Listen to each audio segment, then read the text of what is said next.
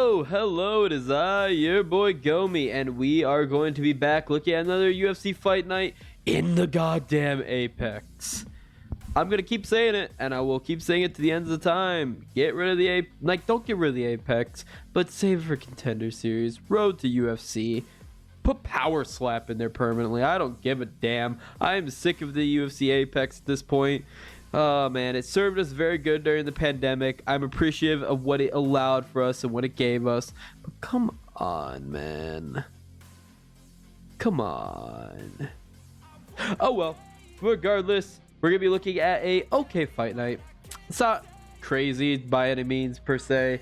I think the main event would be very interesting as, like, say, opener of a pay-per-view, but I don't know about main event, to be honest with you. But it's the best fight on the card, arguably. So, but yes, let's get a look over at UFC Vegas 82. Brendan Alen versus Paul Craig. I still can't believe this is happening. I'm so surprised Craig went down the middleweight, but yes. So, first fight on the card is going to be Charles Johnson versus Rafael Estim. This is a hard fight to say because Charles Johnson has been this is a striker versus grappler matchup. Charles Johnson has been absolutely dog walked, I feel, by pretty much most wrestlers he's gone up against. But the thing is, like, he's gone up against really good opposition, like Muhammad Makayev. I believe he fought Royval on the regional scene. He's fought some solid guys. It's just that he just sucks at wrestling. Simple as that. Meanwhile, Rafael Estim is a wrestler. But why is this so hard then? It's so hard because Rafael is new. Like, he's not been around as long as a Charles Johnson has. So that's something that could lead into some problems overall. But yeah, looking at some of the people Charles Johnson has faced overall, Charles Johnson has fought some pretty good names. Ode Osborne's pretty solid overall. Zumagulov, Muhammad Mokayev, he's decent. He's pretty good. It's just that, like I said, like, he just struggles against. Also, I hate that. What, the hair on the back of his head? I hate that so much. It's just ultimately he struggles, like I said, against grapplers. Well, Rafael Estim, who has he fought? Because this is gonna be his UFC debut, and he's fought a whole lot of nobody. To be honest with you. He fought Elias on the Contender Series, and that's not really much. Other than that, I don't know a majority of the people he's fought. And he's fought in Chuto, Brazil for majority of it. LFA is a pretty decent promotion, but otherwise, I don't know. This is not really a matchup screaming on the paper to me. I think I'm just going to go Johnson by decision, honestly. Trey Ogden versus Nicolas Mota. Trey Ogden, he's a solid fighter. His problem is he's got no power, man. He is pillow fested to all hell. He lost the decision against Ignacio Bahamondes and Zilliber.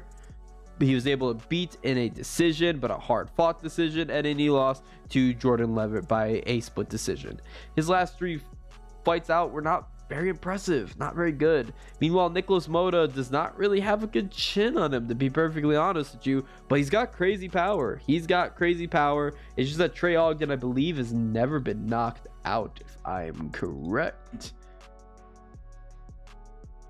Yeah, he's never been knocked out. And Nicolas Mota, that's the only way he wins fights, knockouts or decisions. So I think this is a pretty easy decision. For whom, though? I'm going to have to lead with Nicolas Mota. Lucy Pudova versus Alen Perez. I don't like this fight at all, to be perfectly honest with you. Alen Perez, this seems like a very clear win for Lucy Pudova. Is not the best per se. As you can see, she does not go up against the best of opponents. She lost to Jocelyn Edwards, which is... yeah. Meanwhile, Alen Perez, she had a win over Evan Smith, but keep in mind, Evan Smith hadn't fought for, what, 2 years up at that point? 3 years. Okay, so yeah, way worse than that. And then she lost to Stephanie Egger, who's an okay grappler. I'm going to lead towards Alen Perez, but make no mistake, honestly, Lucy Pudova could pull out something. It's women's MMA. We saw Mackenzie Dern lose to Jessica Andrade. We saw Jessica Andrade lose to Yan Xiaonan. I don't know if women's MMA anymore. Like, I can't predict this sport. Lucille Pudova is a plus 154 underdog. I could see her pulling out a W. I'm going to lean towards Alen Perez by decision, but Jekka Sedegi versus Lucas Alexander. This is an easy fight. The odds agree so. Lucas Alexander is going to just style on Jekka Sedegi. Jekka Sedegi is an Indonesian fighter, and honestly, they have not produced notable enough talent yet so far. I'm just going to easily give it to Lucas Alexander. His kickboxing is just overall more solid, and he's got a lot more power. I'm struggling between knockout and decision because it does look like Jekka Sedegi is a little bit tanky, but overall, yeah, give me Lucas Alexander all day, but those are some ugly odds, minus 410. There's no need to be betting that. In fact, actually, most books have it closer towards 450. There's no need to be betting that. Mick Parkins versus Kaio Machado. Easy. This is, I think, a very easy fight. I'm going against the debutante. I'm going with Mick Parkins. Mick Parkins is a very solid fighter, in my honest opinion. I think he's pretty strong.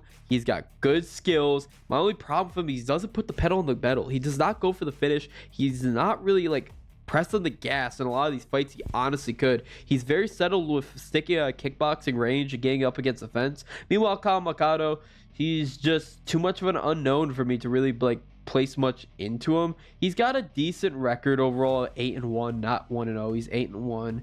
It's just that he's basic everywhere. He's basic everywhere, and it's against low-level competition in BFL, I believe. Yes, BFL.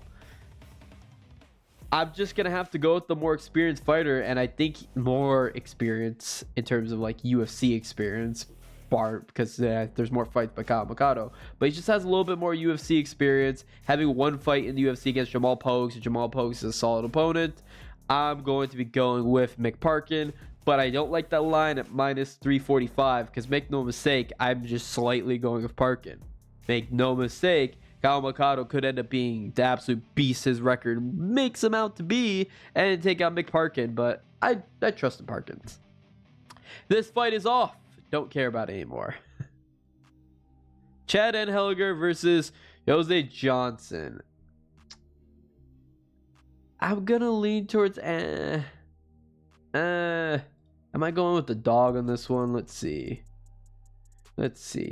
No, I'm going with the favorite. Yep, Jose Johnson by knockout. I think that's more likely. I don't like Chad Enhelliger's chin.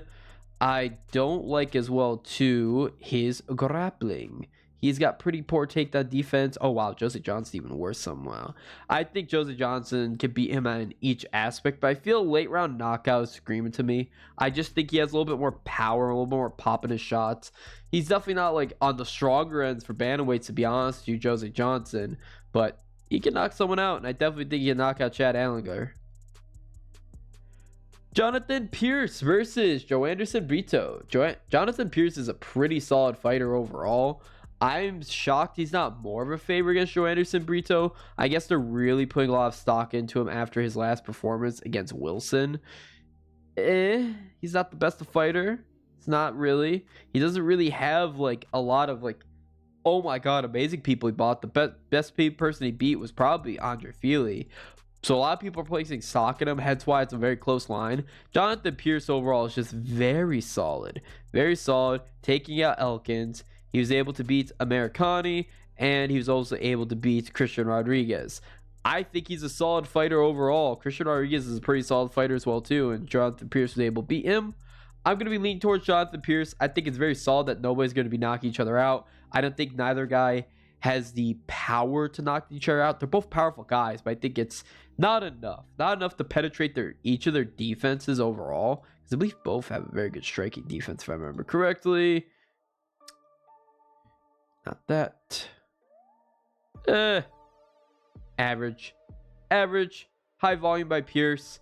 I'm going to be leaning towards Pierce by decision. I think that's going to be my best pick. And now we're on to the main card, right? Yes, we're on to the main card. We're going to have Johnny Parsons versus Uros Medich. A Serbian. A so far decent Serbian. Thank the Lord. We're running out of those. We're running out. I mean, we don't have any. I mean, the closest thing we could do is we could claim Alexander Rakic, but he's fighting Jan, and I'm going to claim the Polski part of me in that fight. I'm sorry. In fact, Rakic isn't even fully Serbian. He just lives in little Serbia and Austria. But regardless, a little German in me. Regardless, Johnny Parsons versus Uros Medich. Uros Medich, I think, is going to be able to win this fight, and I think it's going to be by knockout. Uros Medich, power. He's got power. Johnny Parsons has power too. Fights like a wild, reckless little... I'm not going to say that. I wouldn't even call him little as well too. He's taller than me. But he's not taller than Uros Medich. Uros Medich is a tall, athletic, and powerful specimen. We don't know where his grappling's at, to be honest with you. It doesn't seem like it's the best so far. I don't want to say like it's bad. Let me be contrarian that. We've not seen much of his grappling so far in the UFC to tell how good it is. But also, Johnny Parsons doesn't go for takedowns, as you can see. So I'm going to definitely be giving this to Uros Medich as a stand-up war. Make no mistake, Johnny Parsons could possibly knock him out, but I think Uros Medich by KO it's your best option. It really is. Uros Medich, he is a guy who goes for the finish in all of his fights.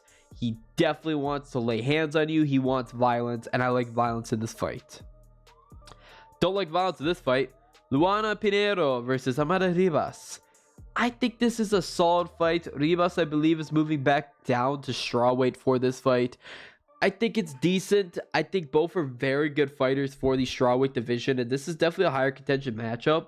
My thing that just doesn't interest me is I don't feel like either girl is really going to be much of a finisher, to be honest with you. Most of the time, they're going to be leaning towards decisions or submissions, and I feel like their sub game is really going to cancel each other out. So I think an easy decision. Best bet is probably just going to be the over on this one, but it's going to be juiced to all hell.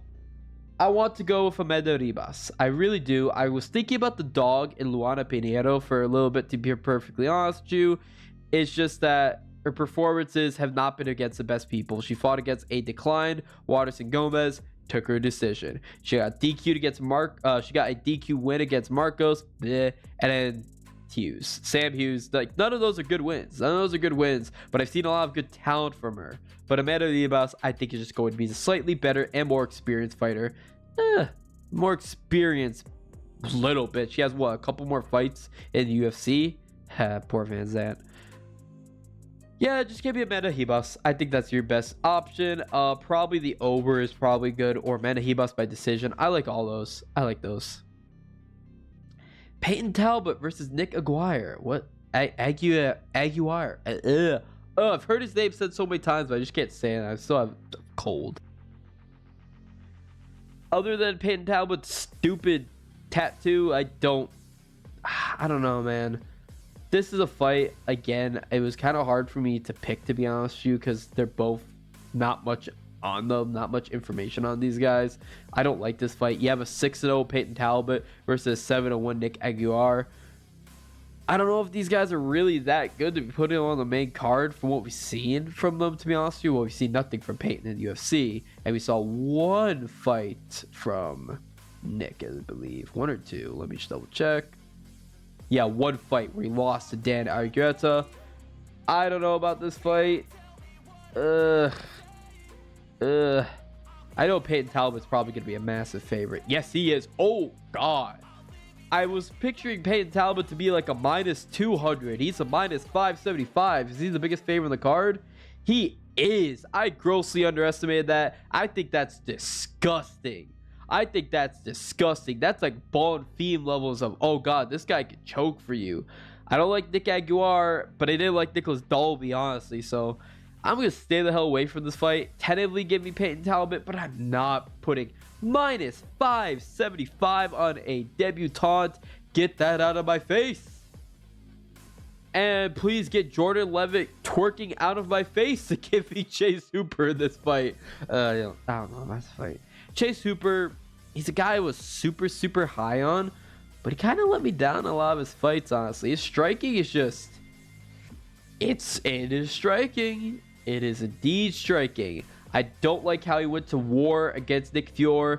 He was knocked out by Steve Garcia. He lost a decision to Steven Peterson. I just don't. Who else did he fight? Felipe, whatever his name is. I can't remember. Was it a whole year card? I can't remember, but it was a year ago. But regardless, Chase Hooper has had a career where I'm like, this guy could be really good. And then he chokes. He chokes and he alternates wins and losses. Meanwhile, Jordan Levitt, he only really lost recently to Paddy Pimblett. I know a lot of people are salty on Paddy. A lot of people are not fans of him. But he is a finisher. And he's going to finish you if you're not like a higher level opponent. I don't even say higher level. If you're not mid-level, like that's the main reason like Jared Gordon was able to do so good against Paddy. But Paddy still technically got the win on paper. I don't know about that. I think Jordan Levitt's got some really good jiu-jitsu, but so does Chase Hooper. They both have really good jiu-jitsu. I don't know about this, to be honest with you. I don't like either striking, though. I think Jordan Levitt has more power. I definitely think he has more power than Chase Hooper, but Chase Hooper was able to throw a lot of volume in his last fight. I picture Chase Hooper's probably going to be the favorite, minus 218. I think it should be closer towards a pick'em. Give me Chase Hooper by decision, but oof. Michael Morales versus Jake Matthews. What is he at? What are you at? Minus 270. Okay. I could see it be... dude, I'm just so scarred by the Bonfim brothers. I'm so scarred by them. I don't like Jake Matthews, but I like in terms like I don't like him in this matchup, but I just feel like something's screaming to me to pick Jake Matthews. I don't know.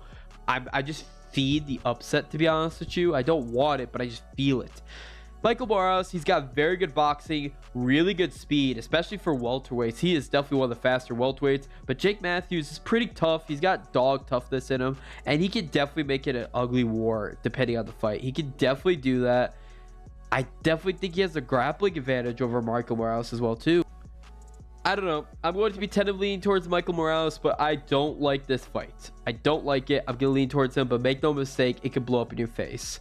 Just like what I feel is going to happen in the main event of the evening. Yes, Brendan Alen Allen is going to be taking Paul the Bear Jew Craig. I don't know, man.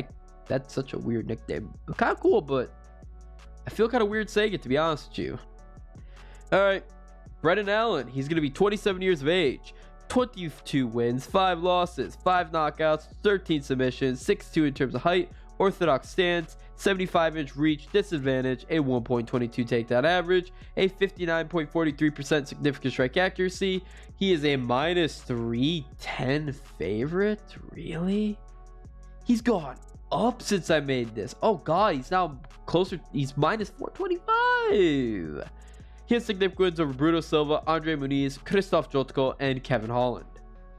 Paul Craig is going to be 35 years of age, 17 wins, 6 losses, 1 no contest, 4 KOs, 13 subs, 6'3" in terms of height, orthodox stance, 76-inch reach advantage, a 1.91 takedown average, a significant strike accuracy of 58.83%, a plus 250 underdog, but like I said, he's now closer to plus 330. He has significant wins over the former light heavyweight champion Jamal Hill's only loss. Andre Muniz, Nikita Krayov, and Shogarura.